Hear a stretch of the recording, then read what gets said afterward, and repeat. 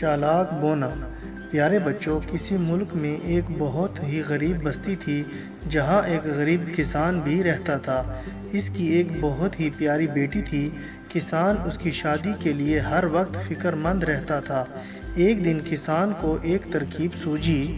اس نے اپنی بستی کے ایک آدمی سے کہا کہ میری بیٹی اتنی سمجھدار ہے کہ بھوسے کو سونے کی تاروں میں بدل سکتی ہے۔ کچھ دن میں یہ بات پورے ملک میں پھیل گئی۔ جب بات بادشاہ تک پہنچی تو اس نے بوڑھے کسان اور اس کی بیٹی کو دربار میں بلا لیا۔ بیچارے کسان نے بادشاہ سے کہا کہ اس کی بیٹی حقیقت میں بھوسے کو سونے میں نہیں بدل سکتی، بلکہ اس نے یہ سب اس لیے کہا تھا کہ بستی میں اس کی بیٹی کی سمجھداری کا ذکر چل نکلے اور اسے اچھا سا رشتہ مل جائے۔ لیکن بادشاہ نے کسان کی ایک نہ سنی اور اپنی ضد پر قائم رہا۔ اس نے کسان کو واپس بھیج دیا اور اس کی بیٹی کو محل کے ایک بڑے سے کمرے میں لے آیا جہاں ایک چرخہ اور بھوسے کا ڈھیر پڑا تھا۔ بادشاہ نے لڑکی سے کہا کہ کل صبح تک بھوسے کو سونے کی تاروں میں بدل دو ورنہ تمہیں قتل کر دیا جائے گا۔ یہ کہہ کر بادشاہ واپس چلا گیا۔ لڑکی چرخے کے پاس بیٹھ کر رونے لگی۔ اچانک کمرے کا دروازہ کھلا اور ایک بونا اندر داخل ہوا۔ اس نے لڑکی سے رونے کی وجہ پوچھی اور کہا کہ میں بھوسے کو سونے کی تاروں میں بدل دوں گا، مگر اس کے بدلے مجھے کیا ملے گا؟ لڑکی نے کہا کہ تم میرے گلے کا ہار لے لینا۔ بونا رضامند ہو گیا اور اس نے بھوسے کو سونے میں بدل دیا۔ اگلے دن بادشاہ کمرے میں آیا اور ڈھیر سارا سونا دیکھ کر بہت حیران ہوا۔ وہ لڑکی کو ایک اور کمرے میں لے گیا جہاں پہلے سے بھی زیادہ بھوسا موجود تھا۔ بادشاہ نے پھر وہی شرط رکھی اور چلا گیا۔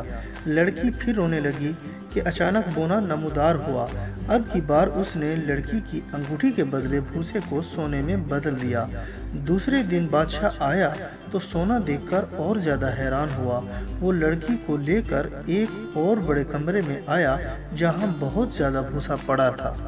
بادشاہ نے کہا کہ اگر وہ اسے بھی سونے کے تاروں میں بدل دے تو وہ اس سے شادی کر لے گا ورنہ اسے قتل کر دیا جائے گا۔ بادشاہ کے جانے کے بعد بونا پھر نمودار ہوا اور بدلے میں کچھ طلب کیا۔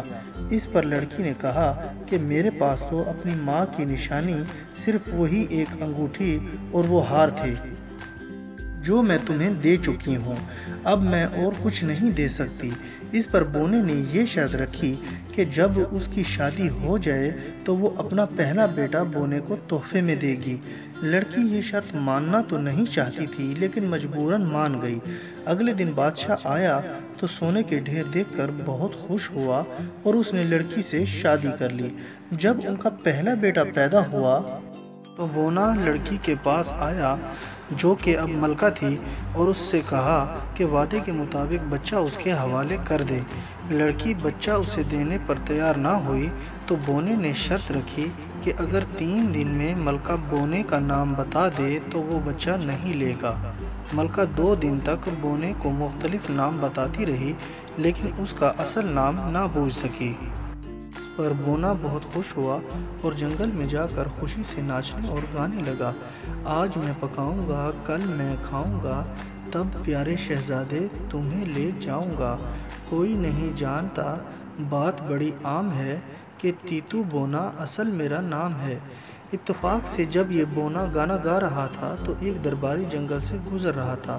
وہ درباری ملکہ کی مشکل سے واقف تھا، لہٰذا اس نے فوراً جا کر ملکہ کو یہ بتایا کہ اس نے ایک بونے کو یہ گانا گاتے ہوئے سنا ہے۔ ملکہ بہت خوش ہوئی۔ اگلے دن جب بونا آیا تو ملکہ نے کچھ نام بتانے کے بعد بونے کا اصلی نام بتا دیا۔ بونا اپنا نام سنتے ہی شدید غصے کی حالت میں وہاں سے غائب ہی ہو گیا اور اب وہ سب ہنسی خوشی رہنے لگے۔ اور بچوں، میں امید کرتا ہوں کہ آپ کو میری یہ کہانی پسند آئی ہوگی اور آپ اس کو لائک، شیئر اور کمنٹس بھی کریں گے۔ اور سب سے ضروری بات یہ ہے کہ آپ میرے اس چینل کو سبسکرائب کرنا نہ بھولیے گا، اس سے آپ کو میری نئی کہانیوں کا بھی پتہ چلتا رہے گا۔ اور اب میں اجازت چاہتا ہوں، اپنا بہت خیال رکھیے گا۔ اللہ حافظ۔